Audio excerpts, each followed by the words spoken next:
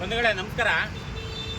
ಹಾಸನ ಜಿಲ್ಲೆ ಚನ್ನರಾಯಪಟ್ಟಣ ತಾಲೂಕು ದಂಡಿಗಳ್ಳಿ ಹೋಬಳಿ ಒಂಟಿಗುಡ್ಡ ಕಾಲು ಗ್ರಾಮದ survey number 1/9ರಲ್ಲಿ 2 ಎಕರೆ 20 ಗುಂಟೆಯ ಸರ್ಕಾರಿ ನೌಕರ ಚನ್ನರಾಯಪಟ್ಟಣ ತಾಲೂಕು ಕಸ್ಬಾ ಹೋಬಳಿ ರಾಜಸ್ವ ನಿರೀಕ್ಷಕ MR ಮಂಜುನಾಥ ನಿಯಮ ಬಾಹಿರವಾಗಿ ಸಾಗುವಳಿ ಚೀಟಿ ಸೃಷ್ಟಿಸಿಕೊಂಡಿದ್ದಾರೆ.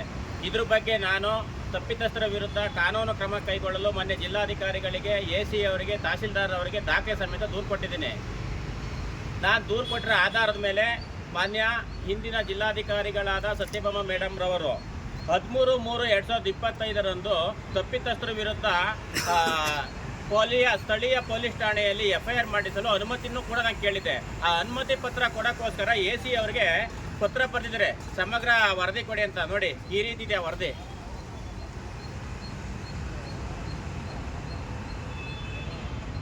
ಮೊನ್ನೆ ಜಿಲ್ಲಾಧಿಕಾರಿಗಳು 13/3/2025 ವರದಿ ಕೇಳಿದರೆ AC ಅವರಿಗೆ ಮಾನ್ಯ ಉಪವಿಭಾಗಾಧಿಕಾರಿಗಳು, ಉಪವಿಭಾಗ ಹಾಸನ ಜಿಲ್ಲೆ ಹಾಸನರವರು ಇಂದಿಗೆ 1 ವರ್ಷ ಆದರೂ ಕೂಡ ವರದಿ ಕೊಟ್ಟಿಲ್ಲ.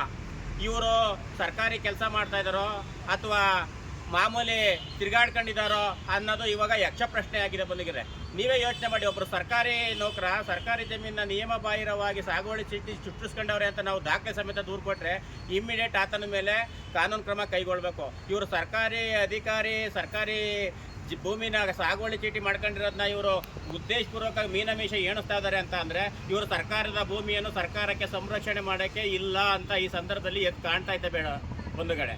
ಆದ್ದರಿಂದ ಈಗ ಹಾಲಿ ಇರ್ತಕ್ಕಂಥ ಮಾನ್ಯ ಜಿಲ್ಲಾಧಿಕಾರಿಗಳು ತಪ್ಪಿತಸ್ಥರ ವಿರುದ್ಧ ಕಾನೂನು ಕ್ರಮ ಕೈಗೊಳ್ಳಬೇಕು. ಇಲ್ಲ ಅವರು ಆತನ ವಿರುದ್ಧ FIR ಮಾಡ್ಸೋಕ್ಕಾಗಲಿಲ್ಲ ಅಂದರೆ ನನಗೆ ನಿಗದಿತ ಸಮಯದಲ್ಲಿ ತಕ್ಷಣ FIR ಮಾಡಲು ಅನುಮತಿ ಪತ್ರ ಕೊಡಬೇಕು ಅಂತ ಈ ಸಾಮಾಜಿಕ ಜಾಲತಾಣದ ಮೂಲಕ ಮಾನ್ಯ ಜಿಲ್ಲಾಧಿಕಾರಿಗಳವರಲ್ಲಿ ಮನವಿ ಮಾಡ್ತಾ ಇದ್ದೀನಿ ಬಂಧುಗಳೇ. ನಮಸ್ಕಾರ.